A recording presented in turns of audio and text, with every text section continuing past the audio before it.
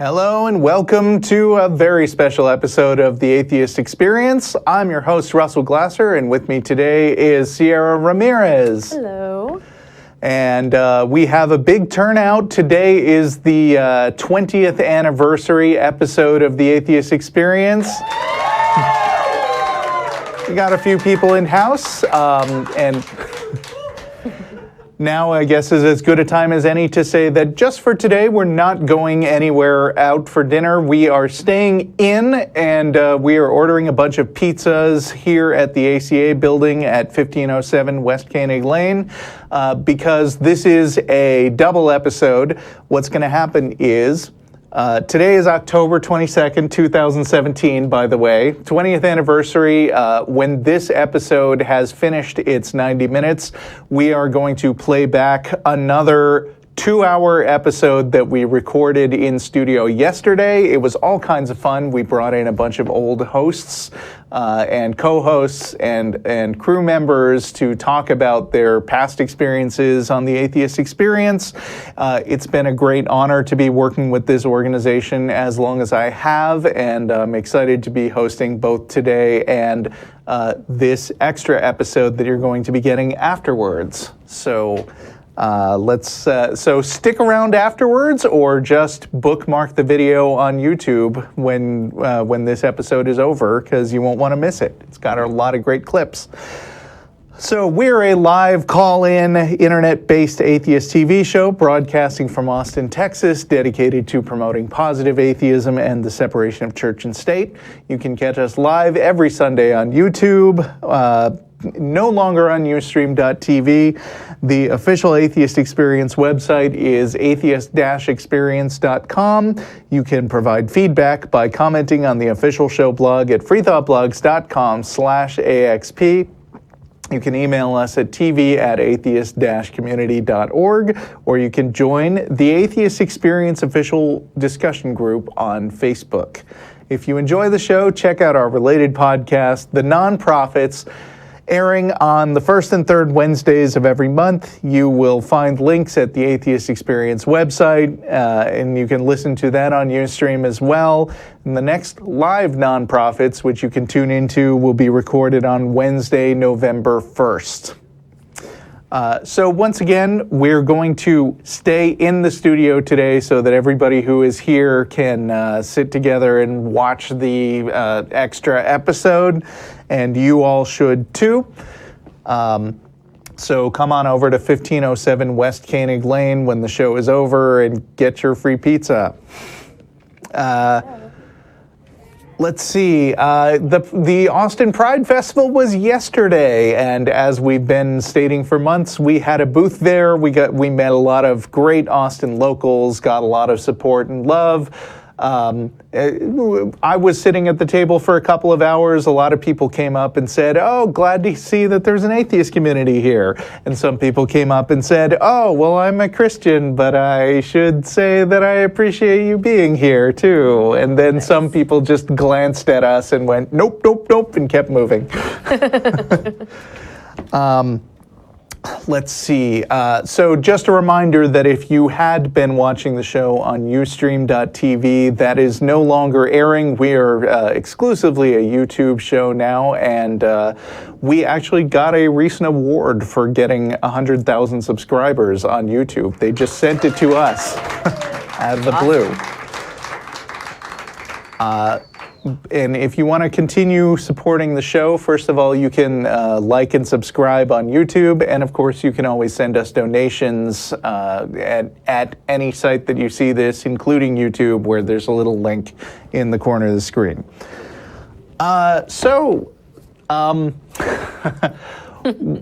the Atheist Experience, we want to keep expanding and trying new things. And it's been a while since we've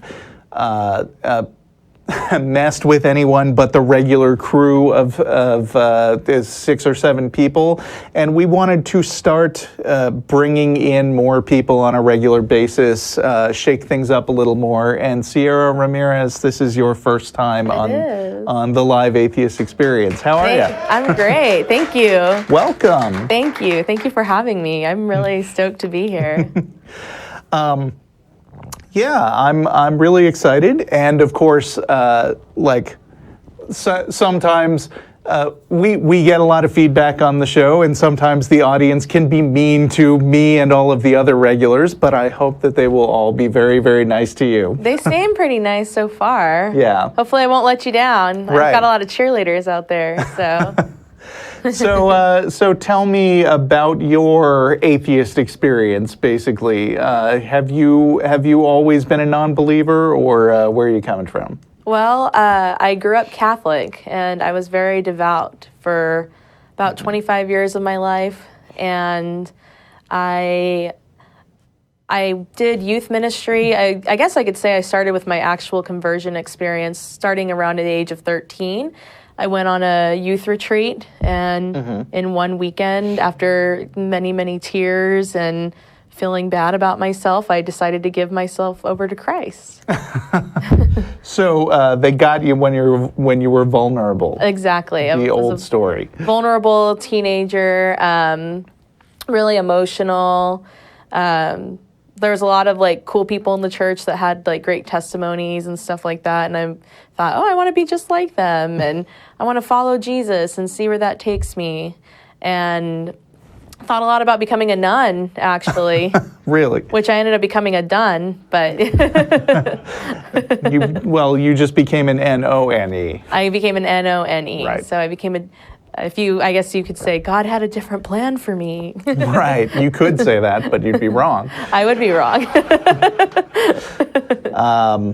So if you were a youth minister, you must have taken it pretty seriously for a while. Yeah, I was a youth minister for 2 years. I traveled around the Northwest and, well, mostly the western part of the United States. And I lived with a bunch of other young adults that came from all different walks of life. Some of them were homeschooled, so that was interesting. I had divorced parents. Some of them had never even kissed a boy before, and I had done a lot more than that. But so I was pretty different. I kind of felt like I stuck out like a sore thumb the first year, and then the second year that I did it, I had a lot more convictions and was a little bit more scrupulous than I was the first year that I did it, just because I had learned so much about myself and my faith. And So when did you start getting disillusioned?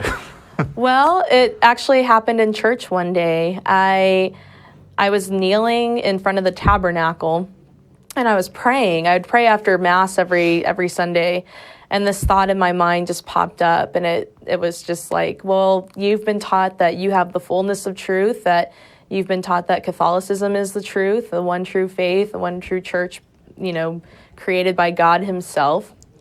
And but what if there's somebody else out there who believes exactly the same thing as you do, but they're not Catholic? They're Hindu, or they're a Muslim, or they're a Jew, and they're just as convinced as I am that whatever it is that they believe is the one true belief. Right, the outsider test, basically. Yeah.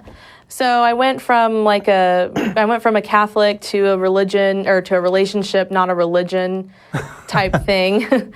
And then I kind of realized that I didn't agree with a lot of things that Jesus said, especially about lust. So I've heard that relationship, religion, not religion thing, and I've always felt like it's a little bit of a cop-out, because, it's not a personal criticism of you, but it seems like where a lot of people go when they feel like there's a problem with their beliefs, but then they conclude that the problem is the organizations. It can't be the beliefs. And so what they wind up doing is basically spinning off their own personal version of religion that's just backed by personal feelings, so that they don't have to be basically responsible for anything that the church says that they don't agree with. Right. Is that kind of how you look back at it? Yeah, and I wanted to believe in something, and then when I kind of realized I was no longer really agreeing with what Christ had said, and I started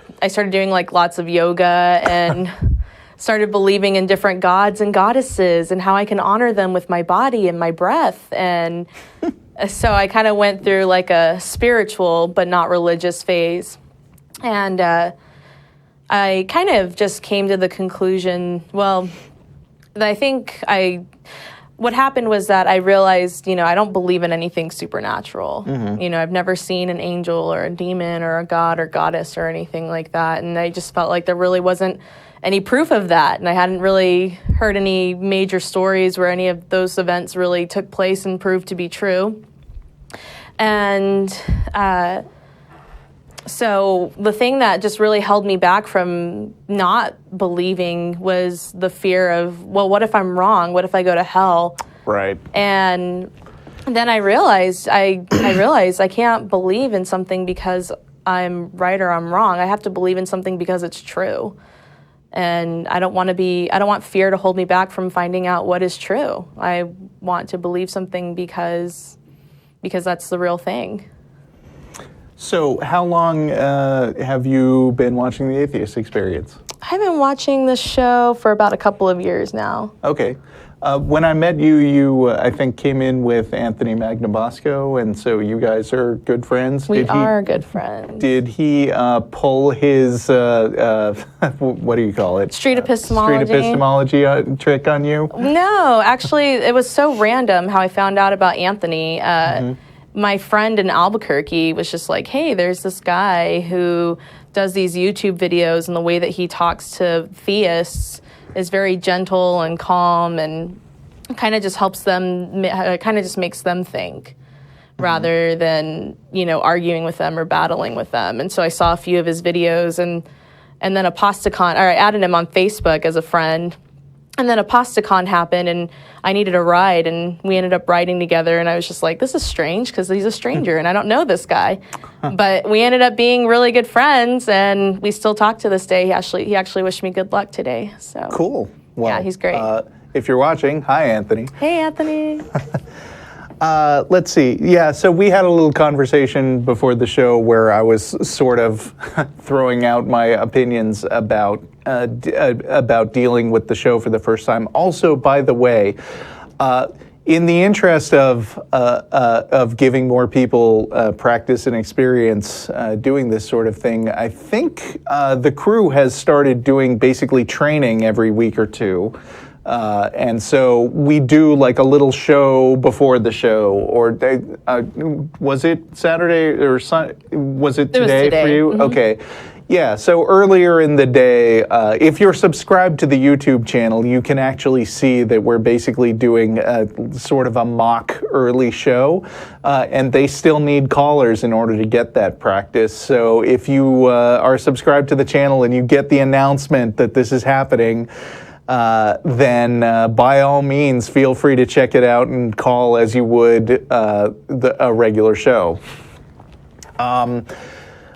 And as far as coming up to speed on how to have these discussions, which we've been doing, various of us have been doing for up to 20 years. I think I've been involved with this show for around 18 now. Wow.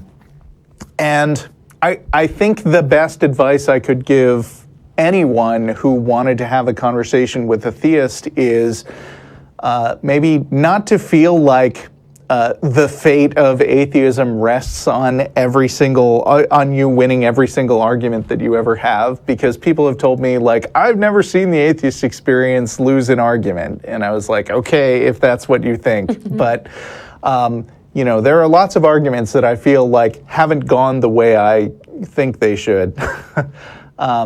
And so for me, I think the most important thing is to, first of all, be honest when you don't know something. And that doesn't mean conceding that the other person is right. It just means acknowledging that you don't have the full breadth of knowledge to address what's being discussed. And the other thing is, if you think that you were caught short without some knowledge, then make it a point to go somewhere and read up and learn about the argument afterwards, because guaranteed the topics are going to come up over and over again. And so if you can find a web article or even pick up a full-length book about the argument and its shortcomings, or just understand what was being said to you better, that makes you grow as a person, and that's what we're all about. Yep. Never stop learning. Yep. So, you ready for callers? I am. Let's see. So we're going to start with Brian in Scotland. Hello. Hi, Brian. Hi, Brian. Hi, Ciera. How you doing? I'm doing great. How are you? I'm fine, thanks. Cool. I wanted to speak about ex-atheists. So that's people that were atheists, but they're now theists in some respect. Okay. And yeah, once you see all the kind of the proof that religion is kind of bullshit, really, Yeah. that why you would kind of go to the other side. So I mean, well, I've never had that experience myself, but also I think, and actually this goes right along with what I was just saying about not feeling like the fate of everything rests on you winning every single argument. I think a lot of new atheists have this misconception that everybody, that becoming an atheist has suddenly made you a genius, or that you only become an atheist if you are brilliant enough to see through the bullshit of religion. And I think in reality, people become atheists for a lot of different reasons, and not every atheist is necessarily convinced by the arguments. Which is not to say that people who abandon atheism are necessarily dumb and don't understand what they're doing. I'm just saying that people convert to religion and from religion for a lot of very complex reasons. Like Ciera just told a story about how she became very religious because she had a really bad weekend and was feeling at a low point in her life, right? Yep. And that can still happen to you if you're a serious atheist. And so it shouldn't bother you necessarily that somebody converts back to religion, but you should talk to them and engage with them seriously and think about what their reasons were. And if they're not good reasons, then maybe have a discussion about that. Are you thinking of anyone in particular? Yeah, it was actually a Jehovah's Witness that came to my door. Okay. And he was an atheist right up into his 30s. He said he was. Well, okay, yeah. Yeah, sure. He said that he was. But I'm not going to pull that he wasn't a true atheist nonsense. Yeah. And it baffled me, especially, after watching things like the Ken Ham Bill Nye debate, and just how, do they actually really believe what they say they believe, and why anybody would purport to be an atheist and be able to see through everything but still convert back over to religion. And I appreciate everybody's got different reasons, but yeah, it's just kind of really quite it boggles the mind. So I mean, first of all, if you have a Jehovah's Witness at your door, you can be pretty sure they have an agenda. So on that grounds alone, you should approach what they say with some amount of cautious skepticism, because they're basically in the role of a salesperson, and they might just be saying that to get you on their side. Cool.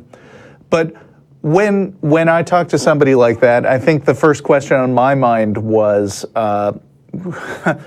what was it that made you an atheist? Like, how seriously did you think about the topic? Do you understand, what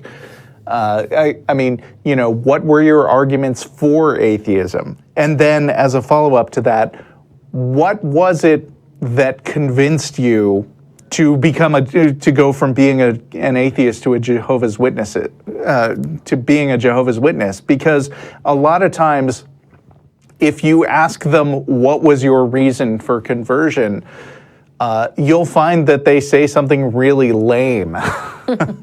I mean, Francis Collins is a smart guy, a scientist, and a serious Christian, but he has written in his book about what made him Christian, and it's the dumbest answer. It's just like, I saw a waterfall one time, and it was split into 3 parts, and that made me think of the Trinity. And that makes me want to ask Francis Collins, if you were still an atheist, would you find that a convincing reason? Like, do you think I find that a convincing reason? I heard this one atheist, or one ex-atheist say she converted to Catholicism. And I heard her say that she saw her son for the first time and wasn't sure exactly what to think about love and the concept of it. And then she says, and in that moment, I realized I was no longer an atheist. And it's like, wow, you didn't really think that one through. You just I agree. You just looked at your son and realized that you believed in God suddenly. Right. Yeah, I don't really think there's any kind of great reason to believe, and that's why nobody can ever answer, the great question, why do you believe what you believe? Right. So did the Jehovah's Witness tell you why he converted away from atheism? I know he did kind of brush past that, to be fair, but yeah. So that is a good sign that they're bullshitting. Yeah. And in these conversations, it pays to, like I said, the other person has an agenda. It pays to have your own agenda. And if you want to have a question answered, it's a good idea to just latch on to that thing and just say, oh, okay, that's an interesting side topic you brought up, but I don't think you really answered my question. Yeah, thou shalt not bear false witness, guys. Come on. Right. Yeah. And while I'm not saying that guy wasn't a true atheist, there are situations for real where the playbook where you're trying to win converts has a bunch of stories that didn't even necessarily happen to you, like I used to be an atheist or I looked at my child.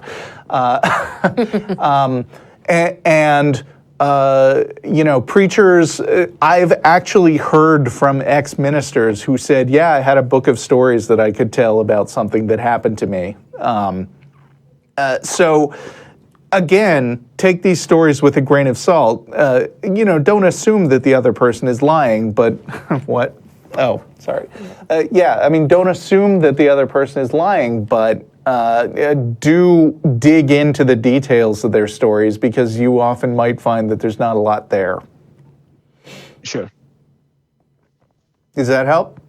That's a great help. It's been an absolute pleasure talking to you. All right. Yeah, absolutely. I think that, everything you guys do is just amazing. So keep going. And just one more quick thing. Mm-hmm. Happy 20th birthday. Sorry, happy 20th birthday, guys. Thanks, Brian. Thank you. Take care now. Bye-bye. Bye. Bye. I like that he called me the Ciera. I thought that was pretty. Yeah. Well, your name has an unconventional spelling. It does. It does. And it's actually the Irish spelling for Ciera. So, Okay. yeah. Well, see how he got he that was mixed up. Scottish, so yeah. Yeah. Okay. Mark in the United Kingdom. Hello, can you hear me? Yes. Hi, Mark. Hello. Okay, I wasn't expecting to be on so soon, but okay, I'll just It says you've been on for an hour and 24 minutes, so you've been patient. I know. I just didn't. I was listening in, and I just came up. It just sort of got me on. So I've got a couple of questions for you guys. So I'm a bit nervous. So, hello, can you hear me? Yeah, I we hear can you. hear you perfectly. Yeah. So you mentioned in your last talk just now that you need. I mean, I've got to ask the question: why do you need reasons to believe? You don't need reasons to believe. It's just that as atheists and skeptics, we promote the idea that the time to believe in something is when you've been given good reasons to believe it, right? Because otherwise you just fall for every scam that people throw at you. Somebody tells you they're a Nigerian prince and they want to give you $1 million. You should maybe not whip out your credit card immediately. I mean, skepticism is a good idea in principle, and part of the thing about skepticism is that you withhold judgments on things until you have been presented with good reasons. That makes sense, right? Okay, that makes sense to me. Yeah, definitely makes sense to me. But my question is more so, what about a personal experience, which I suppose most people, those are sort of their reasons for converting or finding Christ, I suppose. Yeah, I mean, that happened to me. I had a personal, emotional experience. Yeah. So instead of reasons, I mean, aren't experiences stronger reasons to sort of believe in something? Well, people can have all kinds of different experiences. You know, someone can have, let's say, I don't know what your beliefs are or whatever, but let's say, like for me, like I was a Christian and I had a bunch of different personal experiences that I thought led me to Christ. But, you know, what about someone in a different religion that didn't believe in Christ, that had a personal experience to speak for them? Like, you know, like for example, a Hindu maybe experiencing something with their god or goddess, or what they thought what they were experiencing with their god or goddess. And it's different. Maybe we had like some similar experiences, but with different gods. Right, and you guys say that you're interested about the truth, right? Mm-hmm. Absolutely. You want the truth, so but don't we learn from each other's experiences? Yes and no. I mean, it's certainly true that people's experiences can be helpful to them for coming up with what to believe. But for instance, the point of having science and the scientific method is basically an acknowledgement that people get things wrong from time to time. And so the idea is basically that if you're not sure if something is true or not, like you think you had a personal experience with something or other, like you experienced life after death, for instance, and you want to verify it, then you come up with a way that a lot of people can have the same experience so that you can demonstrate that something is consistent. Because people believe a lot of wacky things based on no good evidence. During the early part of, like during the pre-constitutional period of the United States of America's history, there was this period when a whole lot of women were accused of being witches and they were sentenced to death in Massachusetts. And they were often based on nothing else than a person coming forward and saying they had a dream where this person was talking to the devil. That shouldn't be sufficient reason to believe that somebody is a witch, right? Okay. I'm a Christian. I'm going to put it out there so that, because it's going to be for my next questions. Sure. So, right. So, but okay. So yes, there's a scientific method. There's reason. There's science. It allows you to measure and observe results and test them and verify them. But if for example, say I have an experience, person A has an experience, person B has experience, and there's commonalities of those experiences of finding a God or having a mystical experience or whatever you want to call it, or God speaking to you, and you know, you have these repeated experiences over time, and they're very personal. So it's not like you can use some device to measure the soul or whatever. Do you know what I mean? It's very personal, and it seems to come from outside the body. But I mean, if I can just stop you for a second, that's weird because most of the experiences that I have in my day-to-day life are not so personal that I can't explain them to somebody, or that I can't say something that relates it directly to their experience, or tell them how and why it happened. It seems to be only when people have experiences that seem wildly implausible and outside of regular day-to-day experience that they feel like they need to tell people, you just have to take my word for it, even though it sounds strange. Yeah, but I mean, why are they strange? I mean, well, you know, if I told you that I personally raised Abraham Lincoln from the dead and had half an hour conversation with him, would you just believe me? Well, no. Why not? What if I just said that's my personal experience? Yeah, but hold up. But if it, because it's unusual. But I'm not going to dismiss that it actually happened. I mean, I can't know without being there, right? I would have no problem if you told me you had a chat with Abraham Lincoln saying, I don't think that happened. That doesn't mean that I would 100% guarantee that I know this no such thing happened. But I feel like, and I think you probably agreed, you can be pretty sure I was making that up. But in my case, I have a book that's written 2,000 years ago. 2,000 years of this stuff happening. Yeah, Stuff I happening mean, to I've read that book. And It's Yeah, it's not that great. Well, what's not great about it? I'd like to know. It's really dull in some passages, for starters. I mean, I don't think it's a lot to ask that that God should be a better and more interesting writer than, let's say, George R.R. Martin. I mean, have you ever read the part where there's a whole chapter where it's about, this guy begat that guy and this guy begat that guy and blah blah blah, and therefore, I mean, that's boring. Can we agree? Because I'm going to stop you there because you said God wrote it. Yeah. It wasn't written by God. It was written by humans. Okay. So this was a bunch of people writing about their experiences, and some of those experiences included like talking snakes and burning bushes, and pretty horrible misogyny in a lot of places. Do you think the Bible is inerrant? Inerrant? What do you mean by that? Like without error? When you say without error, what do you mean? It was written by humans. Do you believe that everything? Do you believe that everything in the Bible happened more or less as it was written? Are you talking about the young earth and that sort of thing? For example, yeah. Okay, well, I don't know.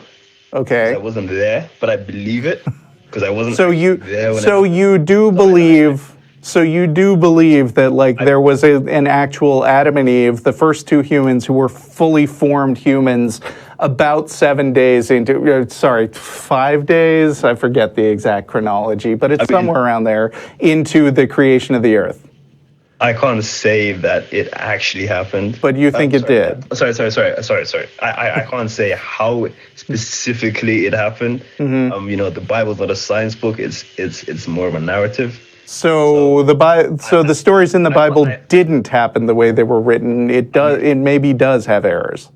You got to ask God, because. Well, okay, God, does the Bible have errors? Well, there you go. That's the start. Okay, he's not saying anything though. Because So that doesn't help. Well, do you know what it says in the Bible as well? It says, "Thou shalt not test thy God." And also, so the book that you want me to check for errors has a sentence in it telling me why I shouldn't try to check it for errors. That seems like a problem. Wait, sorry. Well, you said the book is saying that you shouldn't check it for errors. Where does it say that? Well, I mean, you told me I'd have to ask God, and then I asked God. I literally did what you said, and then you said, but that's what the Bible says you're not supposed to do. So what am I supposed to do? Okay, well, you can ask God, but you can't. You just expected an answer live on air. I mean, it could have happened. If you have faith, you can move mountains, right? So. All right. Do you have that much faith? That's what I'm saying. Do you have that much faith that he? I don't have any. Provide an answer? No, I really don't have any faith, and I don't believe that anybody has ever moved mountains just by wishing for it. Okay. No matter how much faith they had. I was in prison, right? Uh-huh. And I prayed. I prayed for God to take me out of the prison, right? I prayed and I believed. And the next day I was taken out of the prison. How long were you in prison for? Had you served your sentence at that point? No, I hadn't. Okay. I was just beginning it. I was still on trial. Why did you, so what was the reason they gave for taking you out of prison? A random court date. I was just random. I didn't know anything about it. It was just a random court date. Yeah. How long were you there, and what was your? I mean, maybe I shouldn't ask what crime you committed because that might be a little personal. Yeah, I won't go into that. But that's just an example of when I prayed for something, really believed it with my heart, really believed it. And do you think you weren't likely to get out of prison without that prayer? Because I mean, it seems to me that people leaving prison happens every day. Right. I was just gonna say that the next they would usually tell you, okay, you got a court date, you're gonna go to court, and this is gonna happen. They usually tell you what's gonna happen. Mm-hmm. But I prayed that day, and I said to myself, because I read the verse, if you pray, faith can move mountains, whatever. I prayed, And I said, God, I know you're going to take me out this prison. And the next morning, I had forgotten. I made the prayer. And when I was on the prison bus thing, whatever, I remembered, oh, man, I actually prayed for this. So and for me, that was an experience. Okay. That's an experience. I mean, your show is called The Atheist Experience. Well, I had the Jesus experience, and I was like, wow. Let me ask you something. If somebody who's in jail right now for a mass murder he did commit were to pray right now, please let me out of prison, do you think the same thing would happen? Well, there's a verse, and I'm paraphrasing it in the Bible, that says, and they will look for signs, and like the children of Israel were like, oh, well, God, when Jesus took them out of Egypt from captivity or whatever. This is a really roundabout way of answering the question. I'm going to answer it, right? And then even though they've seen a sign, they've saw God part the sea, whatever, right? They were still complaining and saying, "Oh, where's God? He's leaving us to suffer in the wilderness." So there's a constant problem that's been evolving. Even going to Jesus' times, the Pharisees were saying, "Oh, I don't see skepticism as a problem, dude." Yeah, but I'm just making my point, right? So it's been a constant problem. So the problem of non-believing and not having faith and saying, God, where are you? Where's the sign? They said they will look for signs. I don't know what the verse is, but they will look for signs. So like, let me ask you this though: if I asked for a sign that would show me that Islam is true and something surprising happened, if I prayed to be released in the name of Allah. Would you say that that's a good reason to convert to Islam? Well, you'd have to look at what Islam actually teaches in its. Oh, so in Islam's case, you have to look at what it actually teaches. But when we started criticizing the Bible, you changed the subject real quick. Okay, I'll be honest, right? If I was a non-believer, if I hadn't believed in Christ, I probably would follow Islam in that case and probably think, okay. Well, I think you're very gullible in a lot of ways then. But I think, that God has a way of leading you to the right path, if that makes sense. Okay. Did it lead the 2 billion Muslims to the right path? Well, it says the road to eternal life is narrow, and the road to the gates of heaven is narrow, but the few will pass, and the gate to eternal. So 2 billion Muslims are going to hell, right? Well, I don't probably know. As far as you know. It depends. Only God knows everyone's heart. I guess God's not doing a very good job leading those people to the right path, though. I'll be honest. Well, maybe. I can't speak for everyone. Sorry, I'm taking up all the conversation. Cool, man. Well, you mentioned good ways of guiding you, So you mentioned, Mark, you said that if you pray and you really believe, then your prayers will be answered. But when I was a kid, my parents got a divorce, and my siblings and I would pray every night for my dad to come home. And I had the faith of a child, apparently, according to the Bible, children have more faith than adults do. And my parents never got back together. Really? I'm not sure about children having more faith, but Jesus says to have faith like a child. Yeah, well, I don't know if it's either ever said children have more faith or not, but what I can say that, I've prayed for things that I've forgotten about, and they've been answered years later, or sometimes I've not lived that long to sort of say, but I've seen in other people's lives, they've prayed for things, and years later they've come to pass. So if you had faith like a mountain, so God, it happened, but God gets a lot of leeway to take credit for stuff much later. Well, it's kind of unfair to question God's approach. Because why? Exactly. I'll explain it. Our life is finite, right? We don't live forever. But he lives forever, right? How do you know? Well, I'm basing it on that assumption, right? I don't share your assumption, so why can't I question it? we have to share that assumption. No, we don't. I don't. Neither of us has the assumption that that your religion is real, and so far, your attempt to convince us that we should believe it basically boils down to saying, "Well, you should believe it." On the basis that neither of us know, you don't know if it's true. So you definitely don't. It is true. On the basis, let's just argue on the assumption that it is true, right? But on the assumption. But you can't just tell me to assume you're right and then rest the argument on that. You have to actually give me reasons why I should believe you. Well, okay. You want reasons why you should believe in God? Sure. I've got a number of reasons. Well, but you said at the beginning of the call that you don't need reasons, that you need personal experience. Well, yeah, I asked that on purpose to kind of see if you did, whether you thought that or not. Well, I mean, we don't, and you apparently don't either, because you dismissed the experience of 2 billion Muslims. Because I have a personal experience. Why do I need reasons if I got a personal experience? That's more convincing. Well, is a personal experience enough to convince you of Islam? Somebody else's personal experience? Well, I've looked into what Islam says, and for me, whether or not it's the truth, and I've looked into the history of how that religion formed, and it. Yeah, but okay, so only your personal experiences are valid. I mean, actually, let me put this another way. I have been an atheist for my entire life, and every personal experience I've had has generally tended to reinforce the idea that there's no reason to believe in a God. Now, by your own claims, it's perfectly fine for me to be an atheist because it's in line with my personal experiences. Right, well, I'm not sure if you took the right, if you, it's sort of about perspective at the end of the day, how you view your personal experiences. Yeah, well, I'm not sure how you view your personal experiences makes any sense, so I guess we're in the same position now.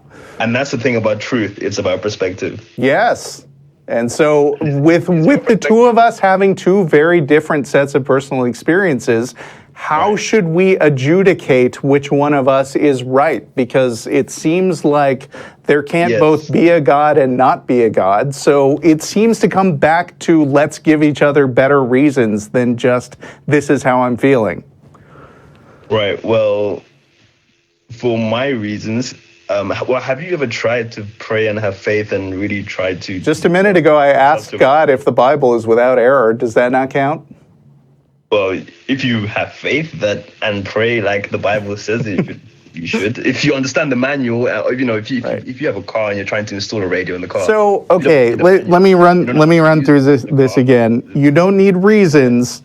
You do need personal experiences, and personal experiences should be enough. But before your experiences can be valid, you also have to have faith that the right thing is true. Well, look, I'm not trying to say that you should believe anything just based on experiences. I'm not trying to say that. Okay. But you're saying you need to. I'm not saying you need to. But I don't need reasons because my personal experiences have been enough. Right. But I guess God shows Himself in different ways to different people, and people have different experiences. Some people have gone through abusive past, and that deters them away from God. Whatever, you know what I'm saying? So yeah, some people may need Mark, reasons. We've been on this call for a long time, and I think maybe you should think. You wrap it up. Can I just give you your reasons? Okay. So my reasons to believe are purpose. I'm only here for a short time for my life. I need to find a purpose for my life, and for me, God is the ultimate purpose. And I don't have time to explain that. Morality.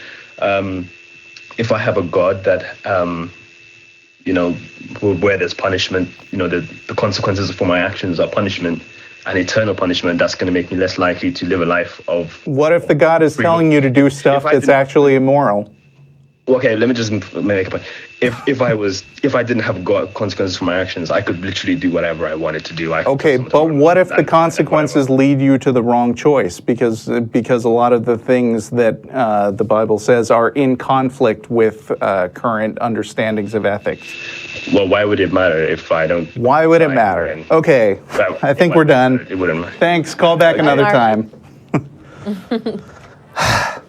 He was even beginning to ask, have you ever really prayed? And I'm like, I just told you my story about... Yeah, how many years were you a Christian? 25, and I prayed a lot during those years. I spent a lot of time praying.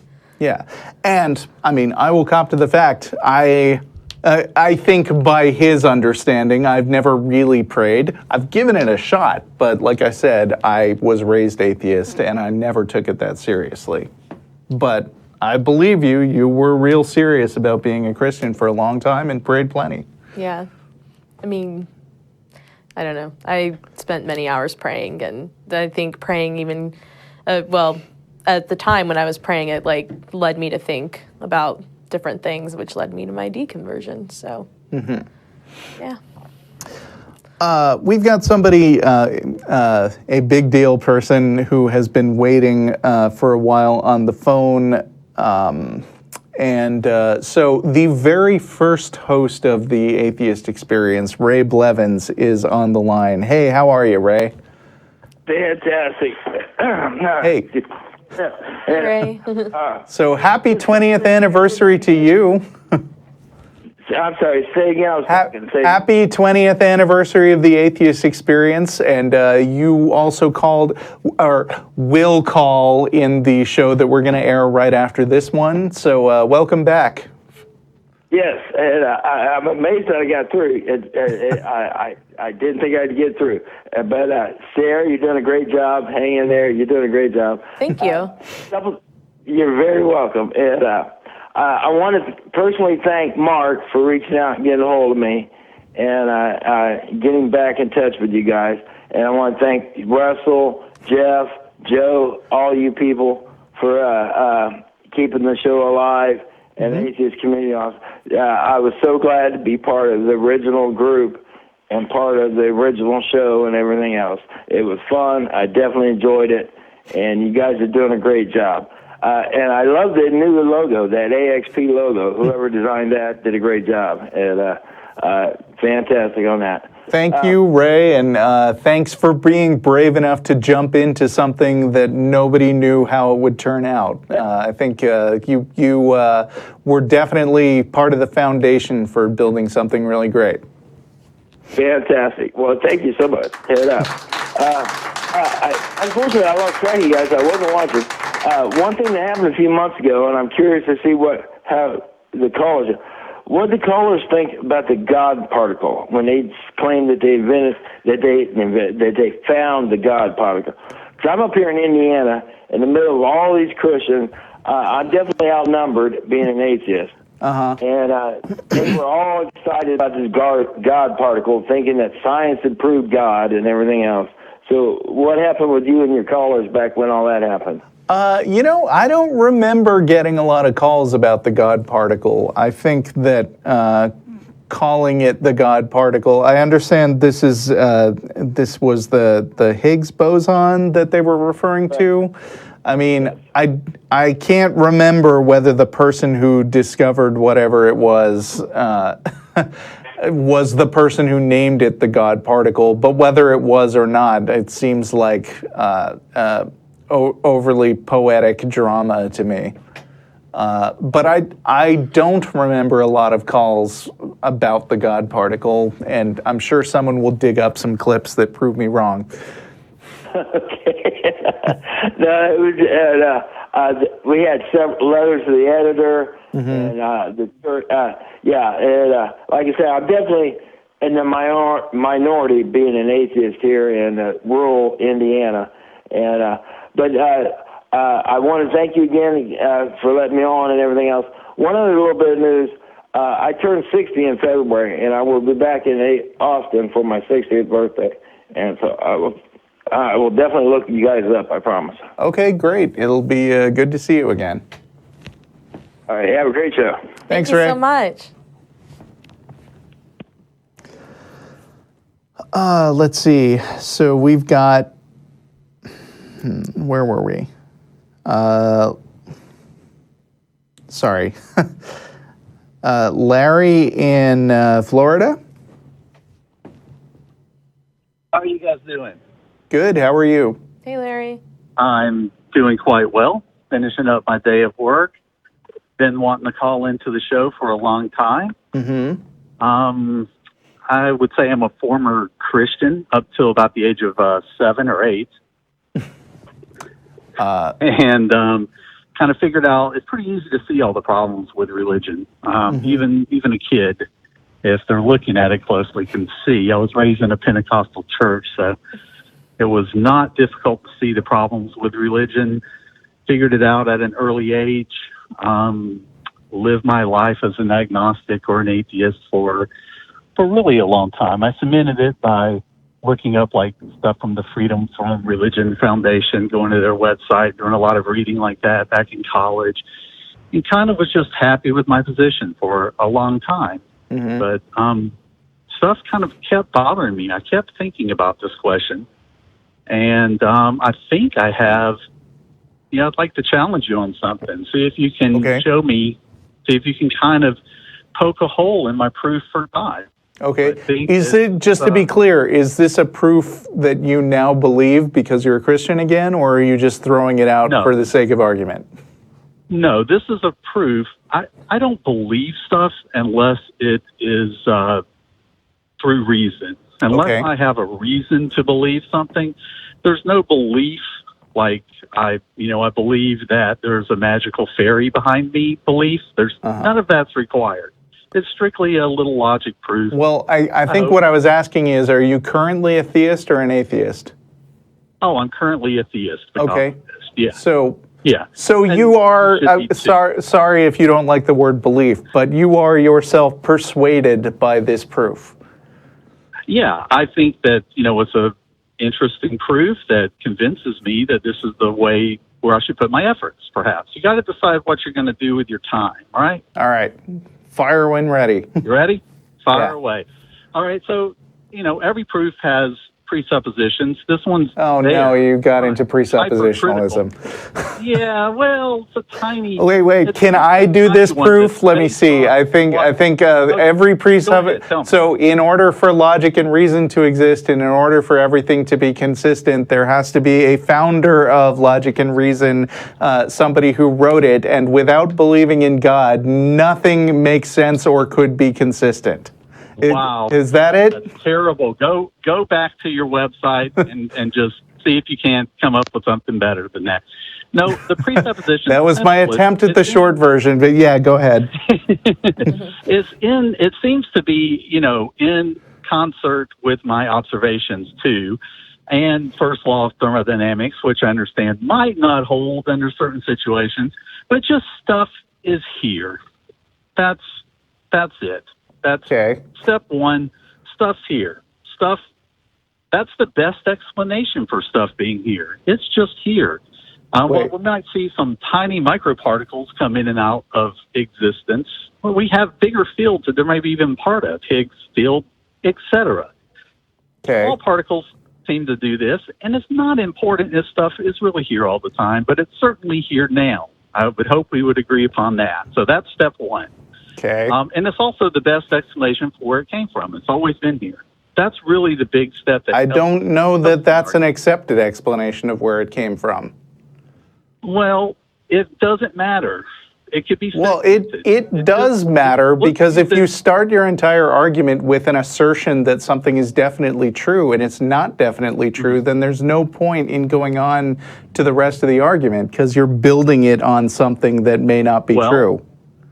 What other alternatives would you propose? That stuff isn't here and now it is? Let's go with yours. I haven't use your presupposition. No. You are trying to nail down a specific model of how things got here, but the fact is that that there is not that level of certainty among scientists, and there's only certainty among theists because they make a practice of assuming that they're always right. So I'm not going to say something definitely came into existence, and I'm not going to go with your assumption that everything was always here. So you can't build an argument on either of those assumptions. You can't build. You're saying you can't build an argument on that there was nothing and now there's something, and at the same time you can't build an argument on there was always something. At this point, what are we talking about? Ever figuring anything out? You really are. Let's just listen for a moment, and then. You're being kind of condescending right now, and I'm not sure I want to bother listening to this whole thing. Okay, well, hey man, it's up to you. It's your show. You guys are the ones that have never lost an argument, and you won't even listen to the argument. I already said that's not really true. You want like some bubblegum argument to blow up. That's all you want. You don't even want a real discussion about these kind of things. It sounds like. Continue your argument. I'm still reserving the right to hang up on you. All right. Well, that's fabulous. Either way, step one, there's stuff. That's it. Here we see some stuff around us. So far, agree. Here. Okay. Step two, we observe evolution. These things have either gain complexity when they're in an open system and gain energy, or they have entropy fail. Like if they're out in a closed system, the entire universe, entropy starts winning and they go to disorder. That's why we have evolution here on the Earth. We have an excess of energy. It's coming in. Things naturally get more evolved. Okay. Your iPhone's better than 5 years ago iPhone. I would not say that. Yeah. Okay. Forget it. Go on. Are we okay still so far?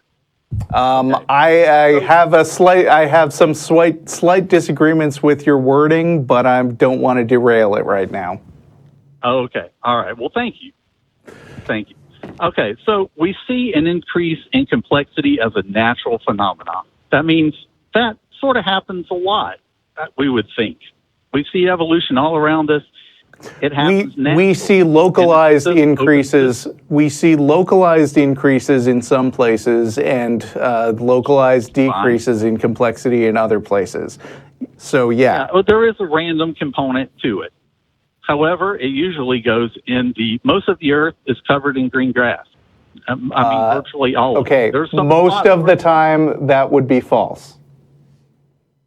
Okay. I mean, the Earth happens to be a very localized place where it is frequently true. Exactly, where creatures have evolved. First animals, then creatures, then iPhones and computers and rocket ships. So evolution happens naturally as a natural process, and then it can become guided at some point. What? So once it becomes guided, it accelerates. Because we can make choices about what's good and bad. Our moral system now, this is why our moral system didn't come from the Bible. It's way better than the Bible. We have way improved morals. We're working on improving those morals. We're headed towards perfecting those. I disagree. Technology. We're headed towards perfecting. Oh, disagree. Really? Does your phone get worse or less? Give me some examples of how we're going down. First, you would have to define perfect, and then demonstrate that the movement toward it is consistent. Okay, well, the technology. I mean, for instance, like as overpopulation and like global climate change becomes an issue, it's not out of, continues to be an issue. It's not out of the question that we could reach a critical point where there would basically be a giant population crash where a lot of people would die. In which case we could look at it with hindsight and say, hey, maybe some of the stuff that we were doing wasn't maybe toward perfection. Okay, you can't just sit at your local point in time about, a few thousand years after written history has started and then say that we're definitely going for some particular place. Well, yes, you can. No, you can, but that doesn't mean you're right. You can.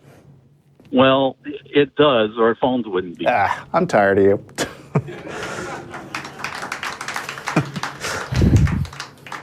I honestly didn't know how to respond to that guy, so thank you. good for you being honest. I wish I could let you pick this next caller, but actually, no. It's probably hard to read that screen from here. A little bit. But I would like to talk to what do we got?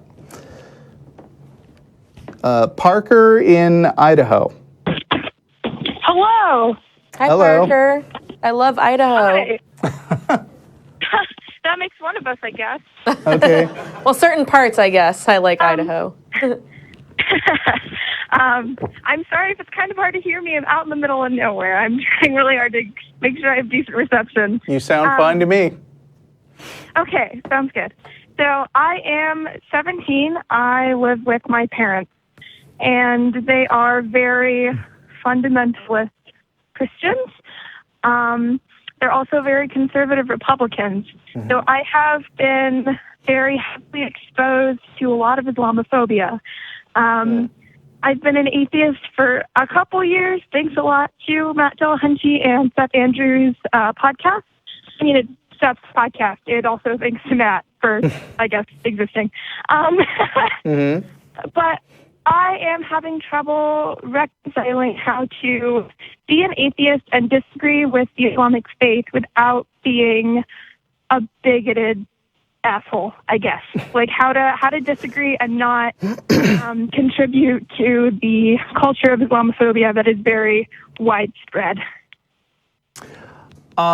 So first of all, I'm going to suggest that you go back a few episodes and look for our recent guest, Muhammad Syed, who is president of Ex-Muslims of North America. Have you seen that?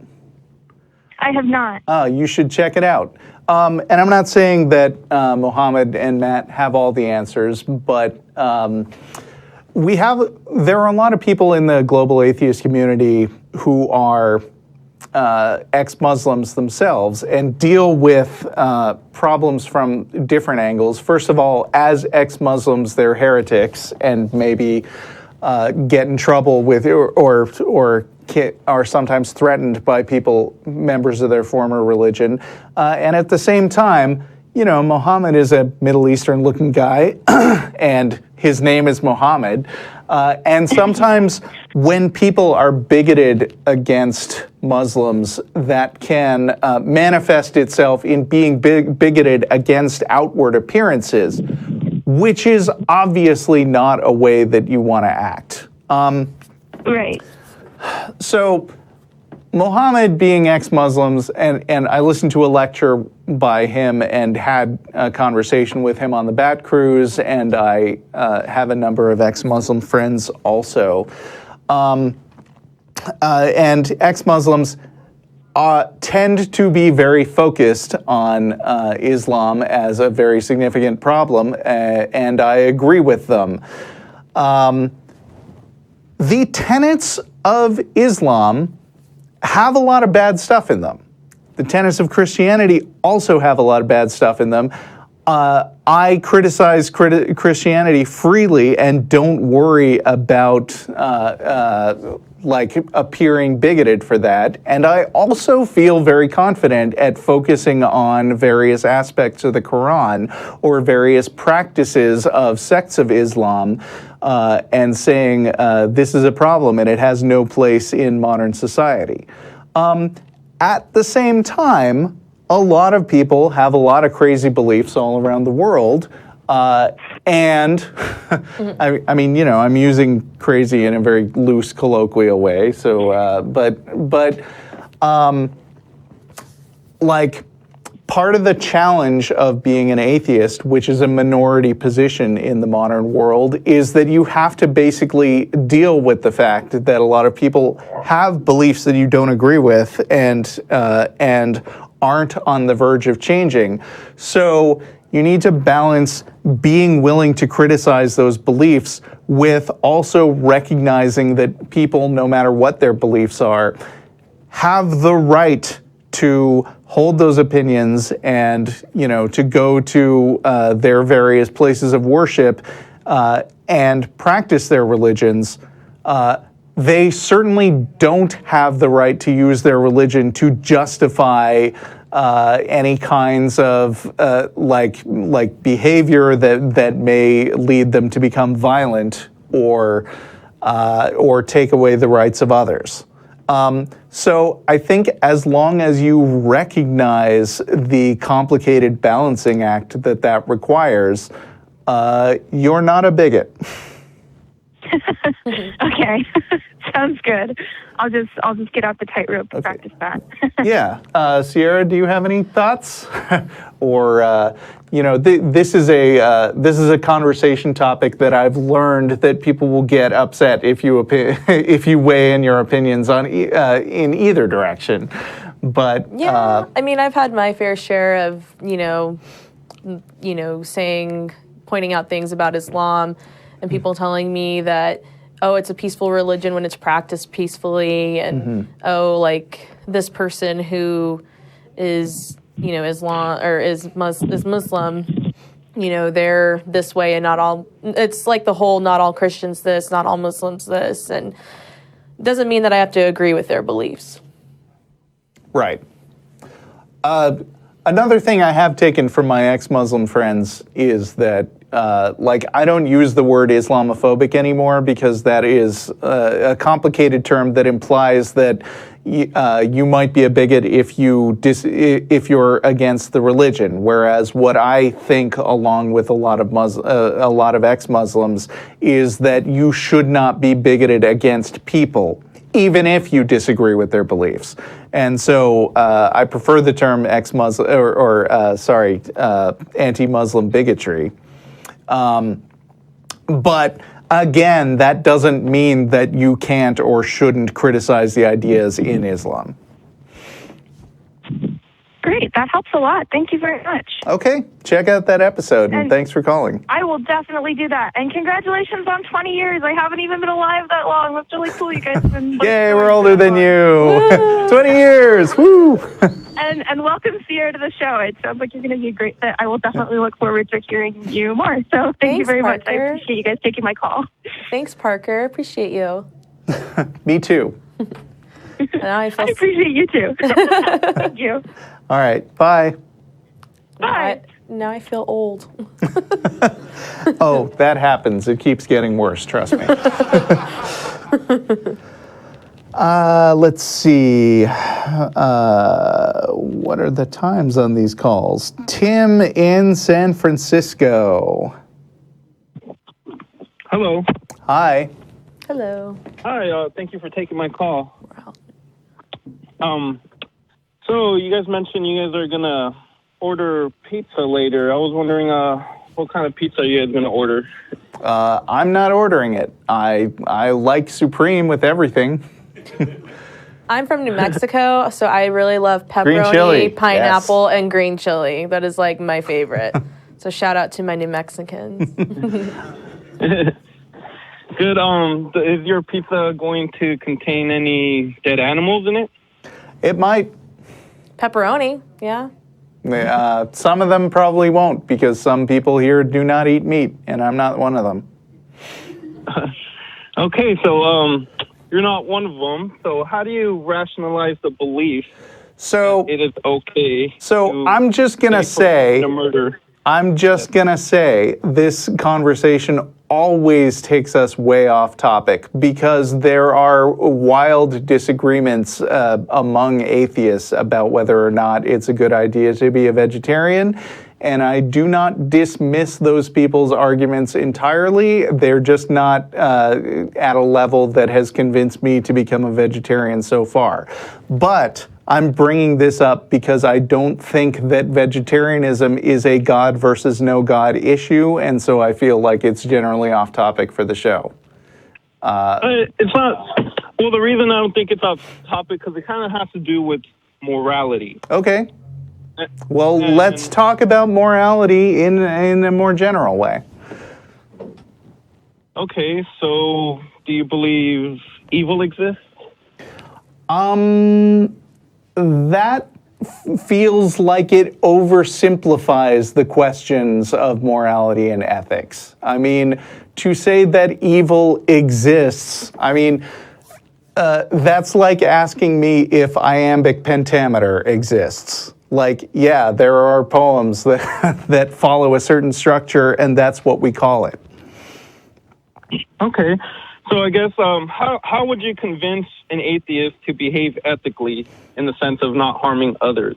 Well, there are a number of different ways. I mean, there are definitely social punishments in place, and there's also the issue of empathy, of understanding that people are similar to you, and that if you don't like something, then somebody else probably doesn't like it when it happens to them. And the question, I mean, I've raised kids, and the question of how to convince kids to do the right thing is non-trivial. And in my experience, I have never particularly noticed that religious kids are better at it than atheist kids. Well, for example, there's some very religious people who are vegan, and I guess they kind of use God to justify it. I mean, well, even like, for example, the Bible says we should not eat like pigs. So I think, I guess I could make the argument that they are more moral than atheists. I mean, you can say that, but opinions are going to be divided on it. There's also there's also a very long tradition among like Catholics, for instance, that you should eat fish at a particular time. So if your metric is that people who don't eat any of the flesh of dead animals are better than people who do, then here you have Catholicism actively encouraging people to be immoral on those terms, right? Yes, definitely. And I definitely disagree with any religious person who eats meat, because I've had this argument with other religious people. Well, then I guess their religion is not effectively teaching them morality. But I guess like my point I'm trying to make is that you could make, I guess it's easier to make a religious person to quit eating meat than an atheist person. Not if their religion tells them to eat more meat, then it's harder. Yeah, and that's definitely true. Okay, so I guess religion is not the determining factor in what's good. Yeah. It's definitely, I'm not making that argument at all. For example, like you said, empathy towards others, that you understand that people feel pain just like you. Do you think animals feel pain? I think they may, although I don't personally. Oh, you're taking me down this track again. We've had a lot of these discussions, and opinions are widely divided among atheists. Yeah, I'm trying to understand why some atheists, and I know there's a lot of atheist vegans, which hooray for them. Right. But I'm trying to understand why. Are you a meat eater? Absolutely. I don't know if I could give it up. And I love animals, and I do think that they feel pain. But I don't love, for example, shrimp. I don't find they may have some negative response to stimuli, but I don't treat them as if they feel pain in the same sense that people do. I love to eat shrimp. Yes, I like them shrimpies. Prawns. So morality is definitely evolving, and there's a psychologist, Steven Pinker, who says, like, as a society, we're becoming better. And I guess in the future, you can see that people are going to become vegan based on this morality that, as a society, we are becoming better. And I guess the main arguments to be vegan is because of, number one, ethical reasons. You shouldn't cause unnecessary harm unto others. Obviously, out in the wild and other animals is the only option. So you're okay. So I said that this wasn't necessarily relevant to atheism, and you said it was because it was about religious morality. And then when I said that some religions run contrary to this, then you said, well, my argument isn't that religion helps you be vegan or vegetarian. Are you coming at this from a religious perspective or not? Well, I guess in the sense, all right, so let's say you have... Are you an atheist or a theist? I was baptized Catholic. So are you still a Catholic? I don't really go to church. Okay, and you don't eat fish? I have a belief, like, for example, like, let's say you have a little kid. But, I mean, ultimately in this conversation, are you trying to convince us that God exists, or are you just, like, doing a sales pitch for us to become vegan? Instead of converting you to be a theist, I would say I'd rather convert your morality. Okay. Because but you're going to do it on the basis of God says don't eat any meat?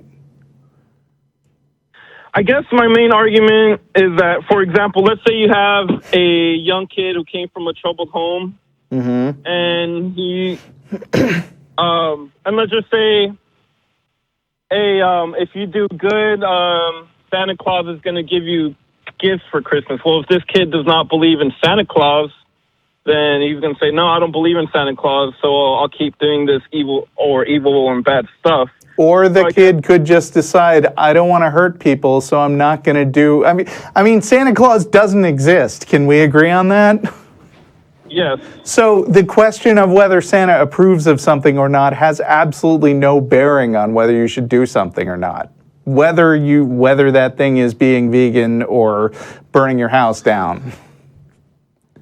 Well, I guess you can make the argument that we humans, we have a very primitive mind, and it's a lot easier to convert people who are atheists. And I know, like, there's a lot of holy books that condone eating animals, and I wish that their agenda was different. But let's say there was a holy book that really it's against eating animals. It would be really easy, because I've dated the Seventh-day Adventist, and she didn't eat any animals at all. But, I mean, it sounds to me like, to the extent that you're religious, what you want is to pick a book that most closely aligns with the things that you already think are moral. Okay, so you do admit it's moral? No, I said what you want to think is moral. Okay. So, I mean, is that right? I mean, it's like you're saying that religions get you to be good, but it sounds to me more like you're shopping around for a religion that matches what you think is good. Yeah, and that's why, even though, like, I'm Catholic, Catholics accept evolution. We don't really take the literal... and that's fine. I just don't see why a religion has to come into it at all. Why not just skip the extra step and just go with what you think is right anyway, and admit that that God's got nothing to do with it. Exactly, but if that were the case, you would be vegan, right? No, I already told you. I mean, and I'm not trashing you vegans out there in the audience. I'm not saying that what you're doing isn't a fine thing to do. I'm just saying that I am, as yet, not converted to vegetarianism or veganism, and I also don't find religious arguments for morality a good reason to do anything. Well, the dictator from France, back in the day, Napoleon, he said... Napoleon. Yeah, religion is there to keep the poor from stealing from the rich, which is, like, I guess it was successful in many aspects of it, whereas if they were... Do you take all your advice about world affairs from ancient dictators? No, it's just to prove a point that I guess it's easier to make religious people do moral things in some aspects, and not all aspects. Obviously, many religions have been perverted for their evil agendas and stuff. And I totally understand atheists on that aspect.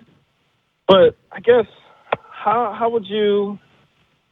So are you saying there's no hope in making atheists be vegans? Is that what you're saying? Well, no, because I said a lot of atheists aren't vegans. My sister is vegan. I love her very much, and I support her. When I go out to eat with her, I definitely keep an eye out for things the staff screwed up that are things that she doesn't want to eat. I'm sorry. No, you're fine. Go ahead. No, you're fine. I was just going to say that, there's a lot of, really it's just a preference. There's a lot of religious and non-religious people who are vegan. Yeah, yeah, that's true. But So I guess I really want people to understand that paying for murder is wrong, or murdering animals is wrong. But I don't understand how other atheists could see that, but not. Okay, well, I don't understand how anybody who takes the Bible seriously could see that, especially when it has all these animal sacrifices in the Old Testament. So, I mean, again, I think it's just a sidetrack to the actual conversation, which is interesting, but still off topic. Anyway, thanks for calling. Wait, hold on. So my point is that, like, I really respect atheists because I guess they really go out of... They just don't take in society's norms. They kind of, you know, obviously they're like 10% of the population. And so... And we're growing. You guys accept eating animals because it's kind of like a society norm. So you guys are kind of dictated by that's not it. Society. Okay, well, thanks for calling, though.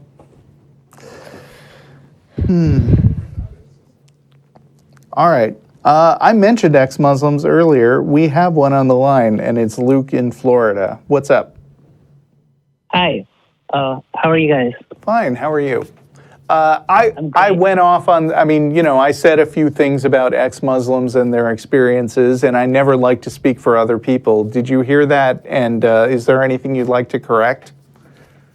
Yeah, I've been hearing that a lot. And it's just that I would say that, I mean, all those things that you could come, that people were talking about ex-Muslims, and I think if you put Christians and Muslims face to face and, you know, ask them to have that debate that, you know, we're having, I think Muslims can go round and round in circles around Christians because they have, I don't know, they have so many things to say. And I also kind of want to correct you something about Muhammad Said, and he's actually a Pakistani, and Pakistan is not in Middle East. Yeah, sorry. It's all right. So yeah, I mean, I was actually born and raised in Pakistan as well, and I actually moved here to Orlando. Yeah, Florida. one of my favorite comedians, Kumail Nanjiani, is also Pakistani. Yeah, yes, he is. And I have given my name is like a pseudonym. I haven't given up my actual So you can name confirm you are not Kumail Nanjiani. No, I'm not. Okay. Yeah, the reason I'm saying so, or the reason I'm mentioning it is that because I'm currently, so I had been coming out all my life. First, I came out as homosexual, and then I could actually never come out as atheist over there because, you know, coming out gay, I mean, I actually faced consequences because of that as well. But, you know, coming out atheist would have been just like, you know, end up with everything. So I came here I ran over here, and I'm currently seeking asylum, and I haven't been granted asylum yet. And that's one of the reasons that I didn't want to give out my name, because what if I don't get it and I have to go back?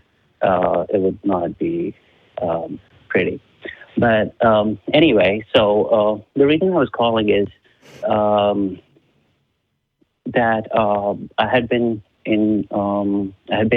actually, it was my 2 years sobriety anniversary 2 days ago. And congratulations. I'd been in the program. Thank you so much. But, you know, so I had been running away from God or Allah or Bhagwan or whatever you want to call it.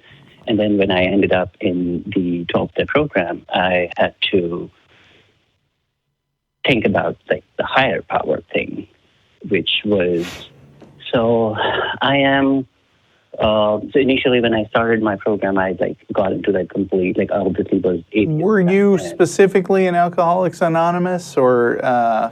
NA. Huh? NA. Okay. Okay. Not Narcotics Anonymous. Yeah. Oh, right. Yeah. Do they do like a 12-step program? I don't know. I know about Alcoholics Anonymous, but... They do. Like all the anonymous are, I think, 12-step, or at least AA and NA are. Okay. And one of the steps is to acknowledge the higher power, although they kind of tap dance around it a little bit by saying that the higher power doesn't have to be God, but usually it is, right? Correct. And so, I mean, I'd been initially it's I think it's step 3. And initially when I was doing it, I kind of like tapped into the whole Celestine prophecy kind of thing, which worked for me for a while. And then I actually started watching your videos not too long ago, and I decided to call, and I would know it's like because alcoholics and addicts are also positive people because of the stigma attached to it. So I was wondering if you guys know somebody, or if somebody has an experience, without breaking anyone's anonymity, if you could tell me, like, how do they go about it? Because it's always like I think about it like, I'm atheist, and I think that this is the life that I've got, and I grew up in Pakistan, where I had been like, where alcohol is illegal, and now that I'm here where it is legal, I can't drink. And I'm like halfway through my life, and the rest of it is gonna be just gone. And me, getting away from things or being forbidden and everything. So I'm kind of having a hard time with that. So, I mean, there are a few things that I want to say. First of all, that, and I'm going to come right out and say that I'm saying things about something that I have no personal experience and not a lot of reading on. But I will say that a lot of people have talked about 12-step programs and Alcoholics Anonymous as having some problems with their steps. And I know that a lot of people have written to us and said, this worked great for me. But it is sort of from a religious root, and there are groups who have looked into issues with Alcoholics Anonymous, and that's all I'm going to say, because, again, this topic is not really in my wheelhouse. There is a group called Secular Sobriety, and their website is sossobriety.org, and as far as I know, that's a pretty good organization to look into also. Okay. But your question is also, I mean, it sounded like, and maybe I'm misinterpreting this, but you are feeling bad about the fact that you can't drink anymore because that you can't do whatever it is you were doing anymore, because that brought you a lot of pleasure and it was forbidden under your old religion, and it feels a bit like a personal betrayal that you're back to denying yourself stuff. Is that accurate? Right. I mean, that's just like one example of it. And to be very honest, it's like, yes, it was forbidden in the religion, but I mean, I used to actually drink more when I was in Pakistan. And I actually reduced drinking when I was here. When I came here. I mean, there are a lot of things that people enjoy that give their life some fulfillment, whether it's learning a new skill or finding a show you really like, or a group of people to hang out with that you really enjoy, or having sex, getting married. Yeah. And just because something is enjoyable doesn't make it bad. Right. And that's why, I mean, like, I have my only issue with that is like that, if I would go, although alcohol is not really my problem, but it is advised to not to drink, right? And the thing is that I start feeling like that this is, again, I'm going towards like a cult or a religious feeling of it, that if I will be drinking, then people who are like my connection within that community are going to ostracize me, or are going to, like, my sponsor might just tell me like, hey, I cannot sponsor you, right? So that's what I'm just going through that. Although my sponsor is like really great, and she's just like, I've talked to her about it as well, and I told her, like, I'm not going to go behind your back and do it. If I ever have to go, I'll probably take you and drive you to the bar, right? Okay. But I'm not going to go behind your back. So yeah, that's it's all right. It's like, I understand. Like, I'm glad you don't have that problem, and you don't really have enough experience about it. But maybe you should consider looking into secular sobriety. And I understand that even if you decided that this 12-step program maybe turned out to not be worth sticking with, and even if this person who's your sponsor would be disappointed in you, you might still be good friends, and you might get other friends through other help programs. Right, yeah. I'm at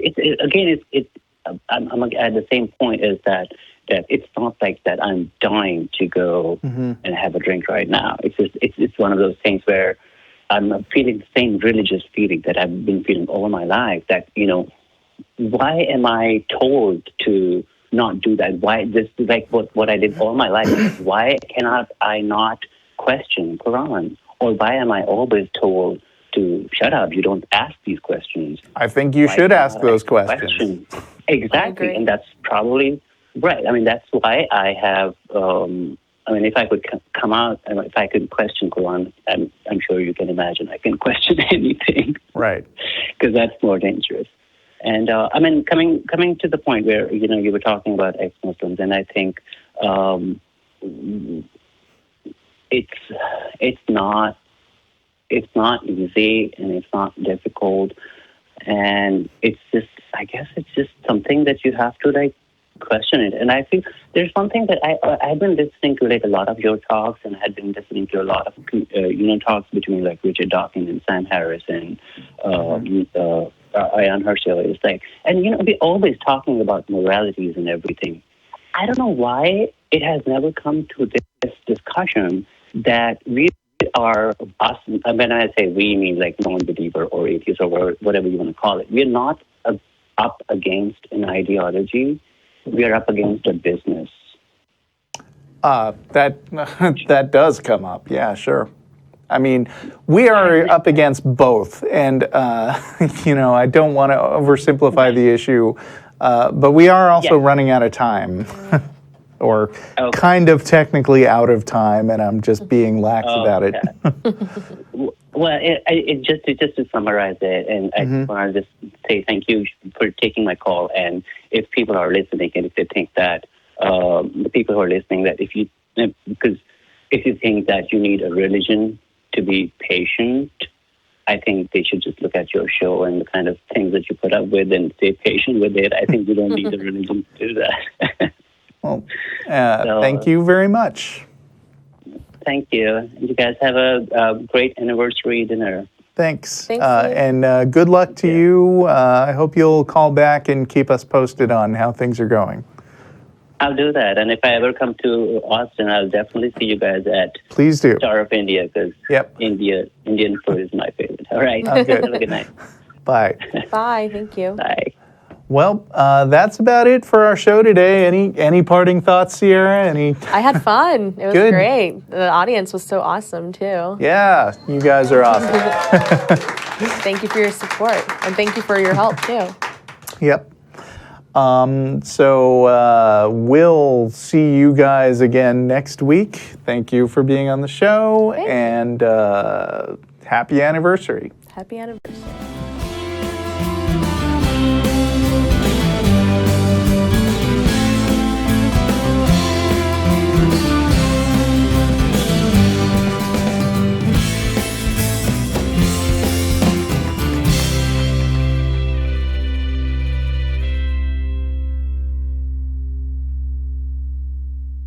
This is Russell Glasser, host of the Atheist Experience.